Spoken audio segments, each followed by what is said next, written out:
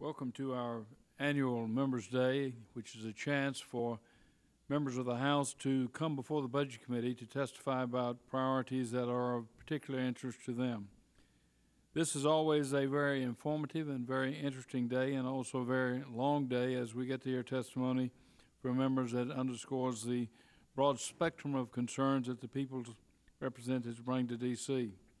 As we craft our annual budget resolution, and it's in progress as we talk, as we meet, we welcome the opportunity to get input from other members of the House. Just a word about the ground rules. Every member will have 5 minutes to present their remarks. Their full printed remarks, if submitted for the record, will be incorporated in their totality in the record. But we would ask you to keep your oral testimony to 5 minutes. We'll then leave up to 5 minutes for any questions from Budget Committee members. And I was going to see next that I'm turned first to the ranking member before proceeding, but it appears that no one on the other side is here at this point in time, and time is of the essence in light of the fact we may be getting out at midday today. So let's proceed with Mr. Chris Murphy. Mr. Murphy, we are glad to have you. The floor is yours. You have 5 minutes for recognition, and your print statement will be made part of the record. Thank you very much, Mr. Chairman, members of the committee. I appreciate the opportunity to testify this morning. This is my first opportunity as a new member of Congress to appear before the Budget Committee, and I'm deeply honored to have the chance to share with you just a few thoughts on some of the priorities that I know you will wrestle with over the coming weeks and months. Today, I'd like to talk about a few programs, and I'll start with one very near and dear to our hearts in northwestern Connecticut, and that is programming funding land and water conservation. The Land and Water Conservation Fund was created by President Kennedy to provide federal funds to help states leverage local and municipal resources to ensure that open spaces can be preserved and cared for generations to come. LWCF helps manage our parks and our federal lands while providing funds to states and individuals who want to leverage those funds to ensure smart and sensible promotion of the protection of green spaces. The President's budget would trample President Kennedy's vision, delivering a near-death blow of a 74% cut to the LWCF, a reduction of $110 million, and one of the lowest levels of funding in the program's near 44-year history. LWCF is authorized by Congress to receive up to $900 million a year, and the President delivered a strong pledge in 2001 to fully fund it. But his budget this year reflects another reality, a 91% cut from 2001 funding levels. I would also urge the committee to reconsider the President's proposed $38 million cut to the U.S. Geological Survey, which promotes the sound management of water, biological, energy, and mineral resources. USGS is the national leader in providing studies and mapping efforts to assess the environmental impact of pollutants and development on vulnerable waterways and natural ecosystems. In the northwestern portion of Connecticut, we have greatly relied on the USGS to help us plan and map many of our efforts to protect our environment.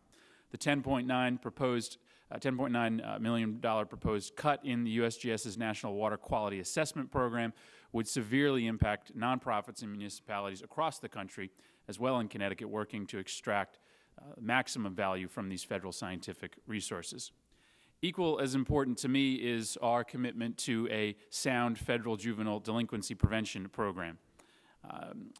The President's budget for FY09 proposes to eliminate many of these funding sources that have helped municipalities and states cope with the problems of juvenile delinquency. The President would create a single new child safety juvenile justice block grant. This block grant would be funded at a level that is almost 50% lower than the total FY08 funding for the programs that were eliminated, representing some $100 million in funding. The Congress should reject this proposed cut and block granting of our juvenile justice programming funding and instead strengthen and increase funding for federal juvenile justice and delinquency prevention programs, including the Title V prevention grants, the Juvenile Accountability Block Grant, and Title II state formula grants at a minimum, and at a minimum restoring funding to the FY02 appropriated levels. Investing in these proven prevention and intervention programs will make our communities safer and will inevitably save money down the road by making sure that children have the access to the preventative programs that will save our system money in the future. I also like to express my strong support for the full and fair funding of the Section 811 supportive housing program for low-income persons with disabilities. Section 811 provides affordable supportive housing so that the most disadvantaged members of our society struggling with severe mental and physical disabilities can lead productive lives. These programs help people with the basic skills and tasks of daily living, affording them the dignity and self-respect they are too often denied. The President's budget again slashes these programs, targeting 811 for a 32% cut from $237 million to $160 million, coming only a year after the President attempted to zero out all new funding for nonprofit developers in the 811 program. Section 811 is already straining under the weight of great new demand for new units and supportive housing, and such deep cuts would take 2 steps back, even further from the dozen that the President has already asked the program to endure. Mr. Chairman, I come from the Connecticut State Legislature, in which I was able to chair our Appropriations Committee on Juvenile Justice, where I chaired the Public Health Committee for a number of years, and I can tell you that these cuts not only are damaging to those nonprofits and those community providers that try to provide the juvenile justice programming and supportive mental health housing, but also to state governments that, as you know, are laboring under the increased burden handed to them to pick up the slack that has been visited upon them by a number of years of neglect. I'm so grateful that we are able, as new members, to serve under your leadership and your guidance. I was proud to vote for the budget we passed at the end of last year, which begins to invest in many of these very important programs while still maintaining a sound commitment to fiscal responsibility. I appreciate the chance to testify, and I hope the committee will look favorably upon these recommendations. Well, Mr. Murphy, thank you for your excellent testimony and for exposing just a few of the really deep and eviscerating cuts in this budget. You've selected a few that are of interest to Connecticut, but that's only symptomatic of the budget as a whole. Cuts that you wouldn't believe in programs that we have seen work and can't be convinced to the contrary. You've seen them in Connecticut. I've seen them in South Carolina, and I'm sure Mr. Berry has seen them in Arkansas. You've only mentioned a few, but they represent the whole thrust of this budget. And one of our first priorities in putting together an alternative budget resolution, our resolution, will be to restore the cuts that the President made, the crippling cuts in the programs you just mentioned. Let me now recognize Mr. Berry and see if he has any questions he'd like to put. Thank you very much for coming. Your statement will be made part of the record, and we really appreciate your participation. Thank you very much, Mr. Chairman. Thank you.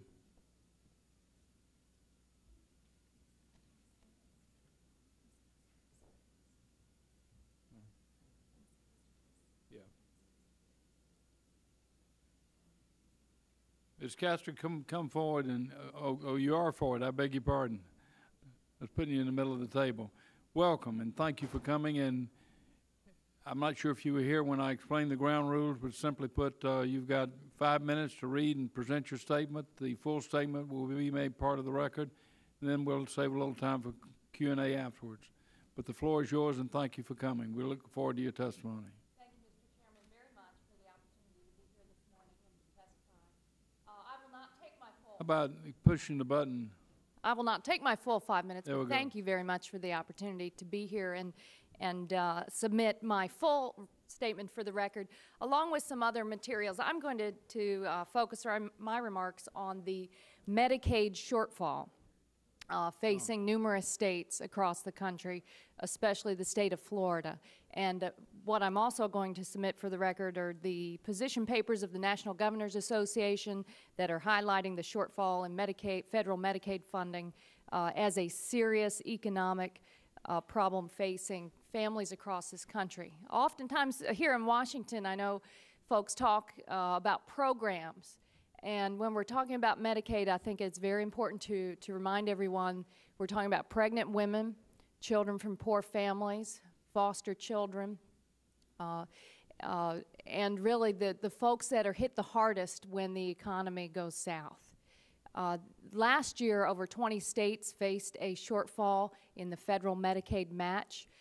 In the upcoming year, it is projected that about 17 to 20 states also will face a serious downturn in the federal monies coming to match their Medicaid needs for pregnant women and poor children and seniors in nursing homes. But I wanted to highlight one problem that is that is really hitting the families in Florida very hard, and it happened because the federal Medicaid formula relies on the per capita income of a few years ago, so there's a lag. What happened in Florida in 2004, we were hit by 4 to 5 hurricanes. Charlie, Wilma, there's so many, I can't remember all their famous names. Charlie, Francis, Ivan, and Jean in 2004, Katrina, Rita, and Wilma in 2005. Now, Mr. Chairman, I know South Carolinians, they also understand hurricanes, but never has a state been hit by so many powerful storms. What that did to our per capita income is that in the subsequent years, it went up because we had the rebuilding and repair period. So now we get hit again because our per capita income went up. We'll receive less Medicaid match money from the federal government. So this is a problem facing all the states, but Florida now is getting socked with a double whammy just at the wrong time. At the time that the state of Florida, it's commonly known, is in a recession, where arguments can be made that maybe some other states are treading water. I wanted to highlight that to you. The economic hit to the state of Florida over the 2-year period, $500 million. $500 million. So I encourage you, as you build this budget, to consider the seniors, the pregnant women, the children from poor families, the kids in foster care. In an economic downturn, we can't hit them again. We can't allow them in the toughest times to be left without a lifeline.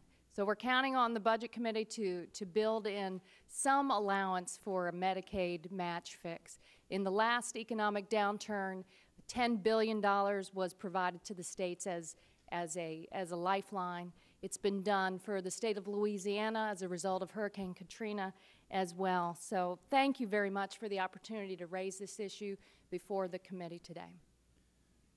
Thank you very much indeed for your testimony. And it follows on the testimony from Mr. Murphy, and I noted that he was simply selecting from this huge budget a few particular cuts that had particular relevance to Connecticut.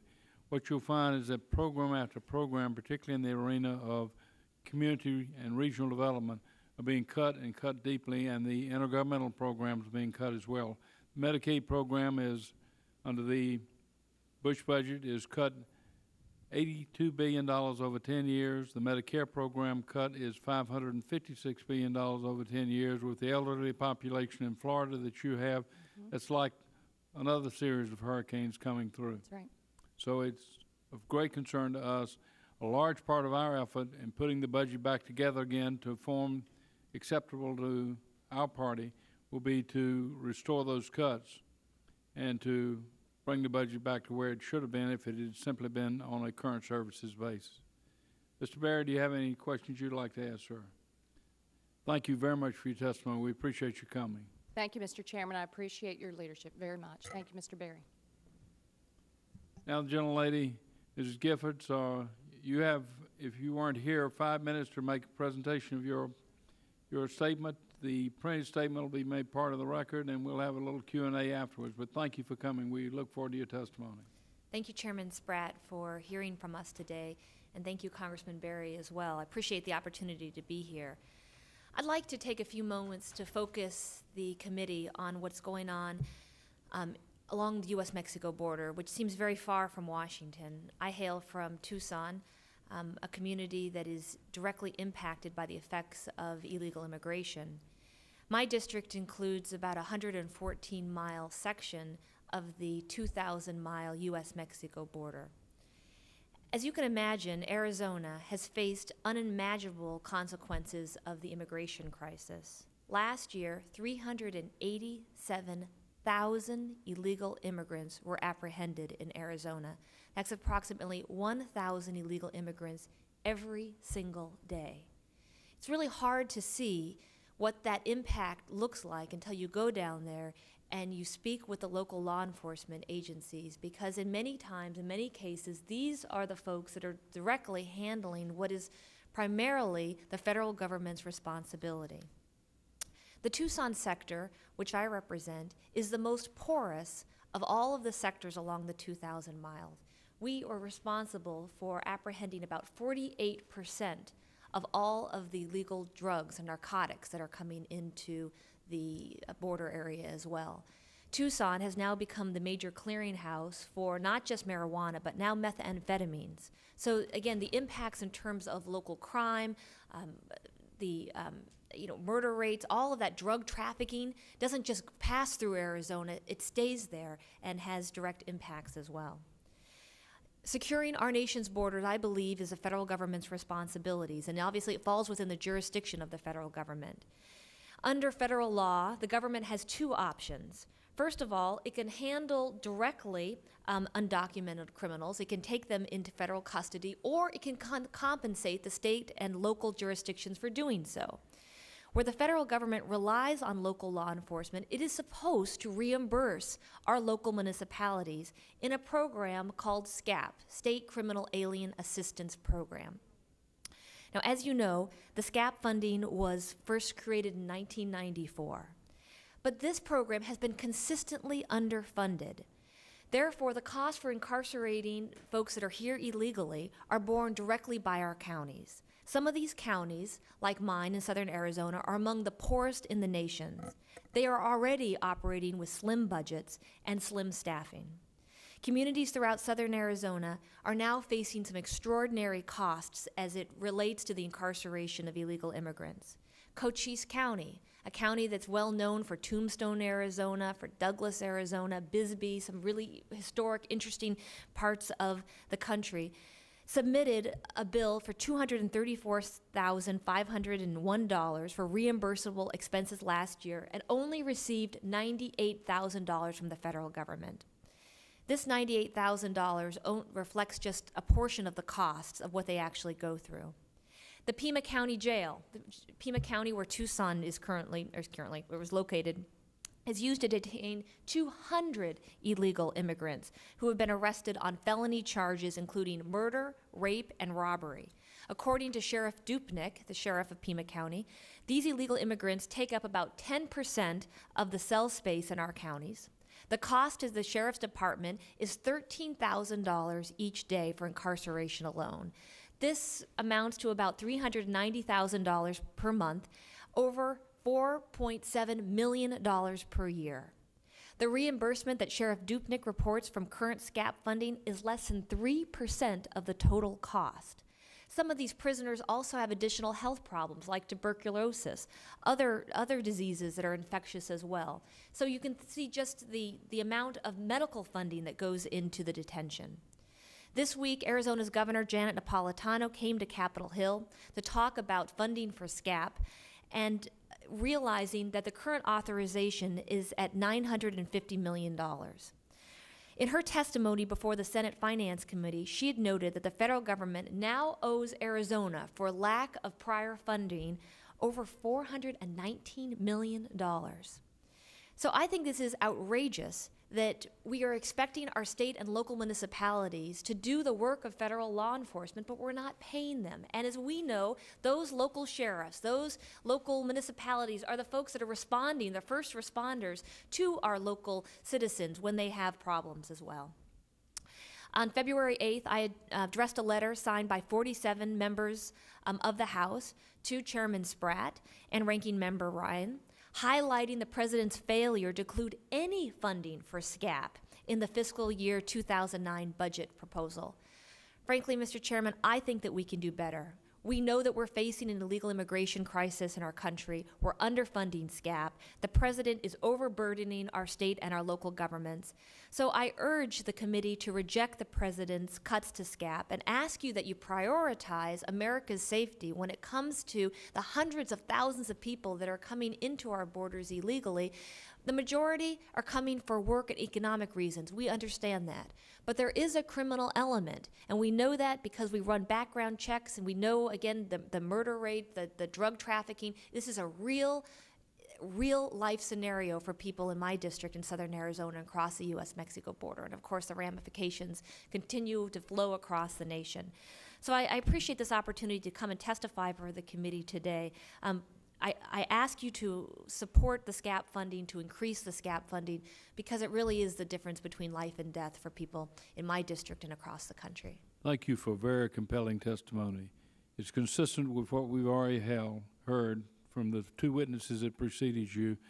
The cuts that this administration has made in this budget resolution are deep and hurtful, particularly to local government and to regional government. And here's a program that simply cannot be, the need for it cannot be overstated. State criminal alien adjustment. If you're going to do anything about immigration, it starts at the borders, securing the borders, and it starts dealing with criminal elements and those who are coming here illegally. And this is the one federal program that specifically addresses that. And it's not being cut, it's being eliminated, wiped out completely, which begs lots of questions. Among them is, what is the administration's position on immigration? Thank you very much. Your testimony is very effective, and it'll be taken to heart as we go through this budget. Thank you, Mr. Chairman and members of the committee. I appreciate the opportunity. Mr. Berry? Mr. Poe from Texas, thank you for coming. You've got the floor for 5 minutes to present your testimony, and we'll make you a full statement part of the record. Thank you very much, Mr. You're welcome, and we appreciate your being here. I'm here on behalf of the novel concept of Victims of Crime Act. The VOCA Fund, 24 years old, is a fund that is funded by convicted felons, and the fees and fines that they pay go into this fund. It's an assessment by federal judges. It is not taxpayer money. It's money that is funded by criminals for victims of crime. It's a great concept. And this money is spent throughout the country for rape crisis shelters, domestic violence shelters, victim advocates, and victims restitution. It's like making the criminals pay the rent on the courthouse, pay for the system that they have created.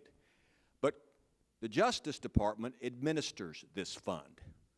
And right now, it's $1.7 billion that criminals have donated to the fund. Next year, it's supposed to be $1.9 billion because federal judges are assessing more fines and fees, and there are more criminal cases. So the problem, what is it? The problem is that every year in the budget, and the administration's budget, the amount of money available to these organizations keeps getting lower and lower. Even though there's $1.7 billion in the fund, this year the fund is only going to, budget only authorizes $540 million. That is a cut from last year of $660 million. Many of these organizations barely keep the lights on, and when they lose money, a few $1 million, they close down. And not only is the fund being reduced, but the President's budget wants to take the rest of the fund and distribute it for other pet projects, thus eliminating the fund entirely. And the Justice Department, who's always administered the fund, this year wants to charge a surcharge for administering the fund. They've never been issued a surcharge before. In fact, I don't think Congress has even authorized this surcharge. But they're going to take money out of the fund to pay for the administration of it because they have a budget cut. So you got these different organizations coming in to take money that really doesn't belong to these organizations. It belongs to crime victims. So I'm simply asking that on behalf of victims of crime throughout the United States, that the fund not be decreased, that it actually be raised just to $660 million, and that it stay current every year.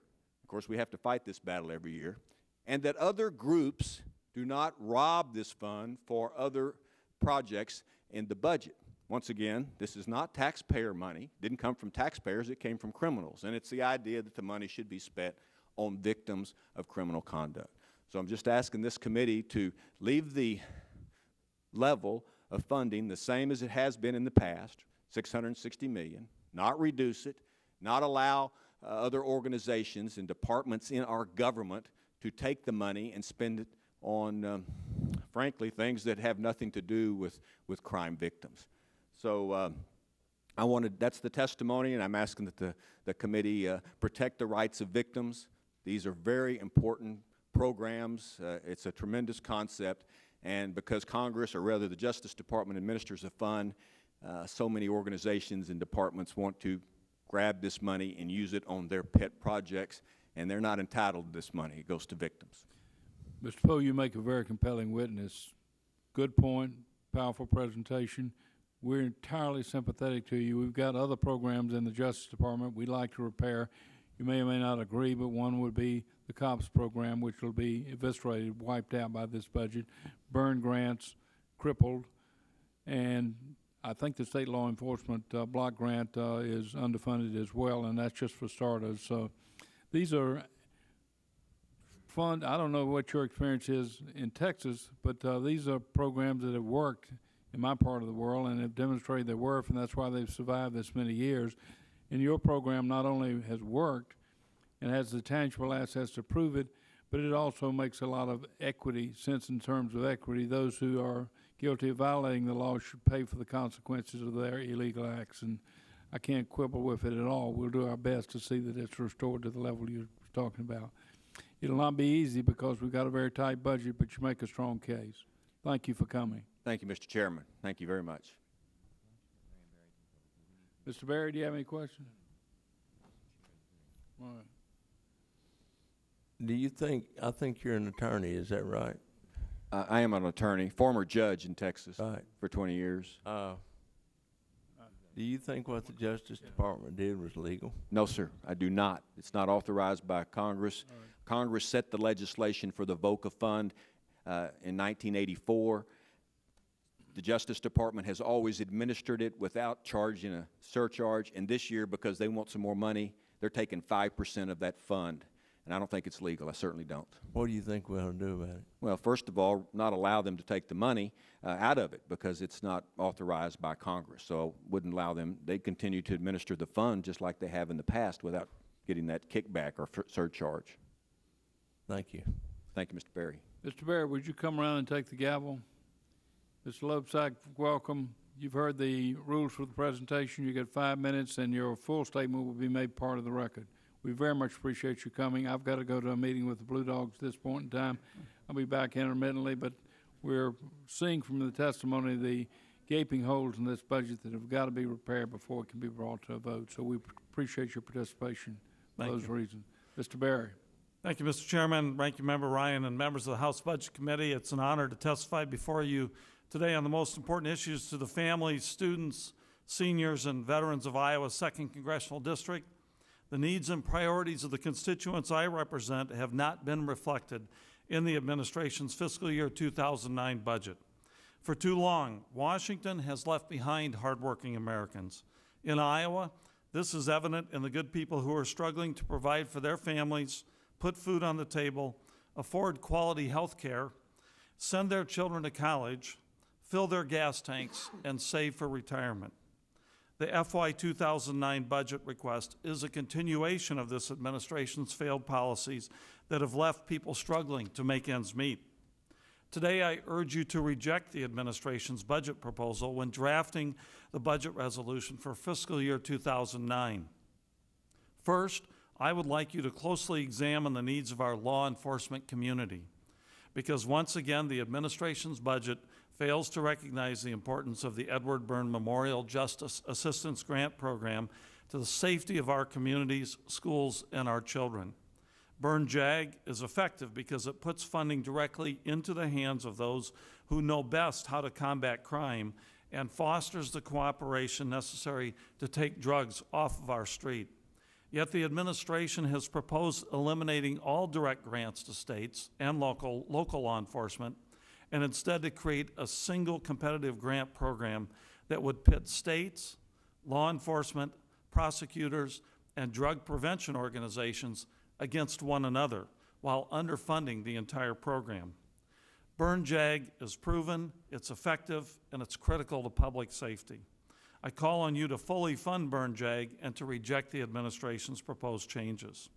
Second, as the budget process moves forward, I respectfully urge the committee to look closely at the funding needs for programs that support Iowa's students, indeed the nation's students. I am living proof of how community and education can make a difference. I grew up in poverty. Times were tough, but I focused on school. and with the help of academic financial assistance in combination with hard work, I had the strength and the resources to overcome personal hardships and achieve the American dream. For today's children, this dream is quickly slipping away. For children growing up in poverty today, their first chance at success is Head Start. Unfortunately, the administration provided only a small increase of $149 million for Head Start, following a $10 million cut in funding last year. As a member of the Education and Labor Committee, I, along with my colleagues, reauthorized this important program. We worked hard to produce bipartisan legislation that has been signed into law. If funded properly, Head Start will help many more children reach kindergarten ready to succeed. As children progress through the education system, they encounter crumbling schools, overworked, underpaid teachers, and supply shortages. As we work to reauthorize the Elementary and Secondary Education Act this year, I am disappointed by the administration's proposals for NCLB, No Child Left Behind. The proposed increase for public schools is not enough even to keep pace with inflation. Higher education also suffers under this budget, which cuts new student benefits provided by Congress under the College Cost Reduction and Access Act. In addition, the administration asked for $4,800 for the Pell Grant Scholarship, but I urge the committee to support $5,100, bringing us closer to meeting our ultimate goal of $5,400. And I would also be remiss if I did not address the need to fully fund the Individuals with Disabilities Education Act. Though the budget includes a $337 million increase for IDEA funding, it provides far less than what is needed to give necessary support to students with disabilities. The administration's budget has severely shortchanged our nation's students by failing to adequately fund Head Start, No Child Left Behind, higher education, and IDEA. And I ask that you reject these budget proposals and fully fund these critical programs to ensure our children receive a first-rate education, starting in childhood and continuing through adulthood. Public safety and education are not partisan issues. They are critical domestic matters that are suffering under this administration's misguided policies. However, these are only two of the many concerns I fear are being ignored.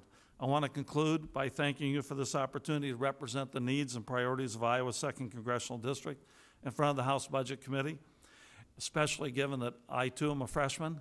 I'm honored to be here today, and I urge each of you to take our country in a new direction when developing the budget resolution for fiscal year 2009. And thank you, Mr. Chair.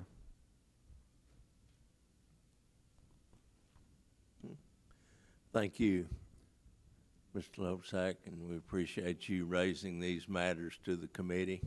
I know the chairman is aware of it, and the committee is aware of it, and I happen to have been around when some of those programs were begun, and we had a crime wave in this country that was completely out of control, and that's where some of those programs came from.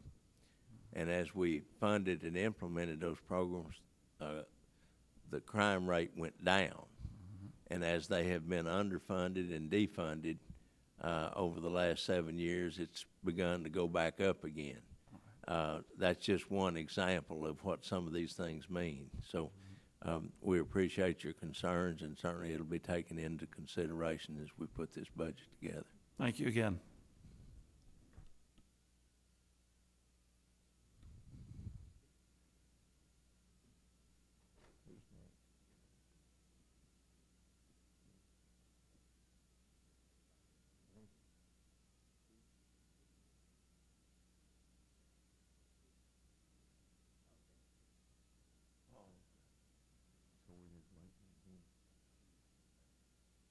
Is anybody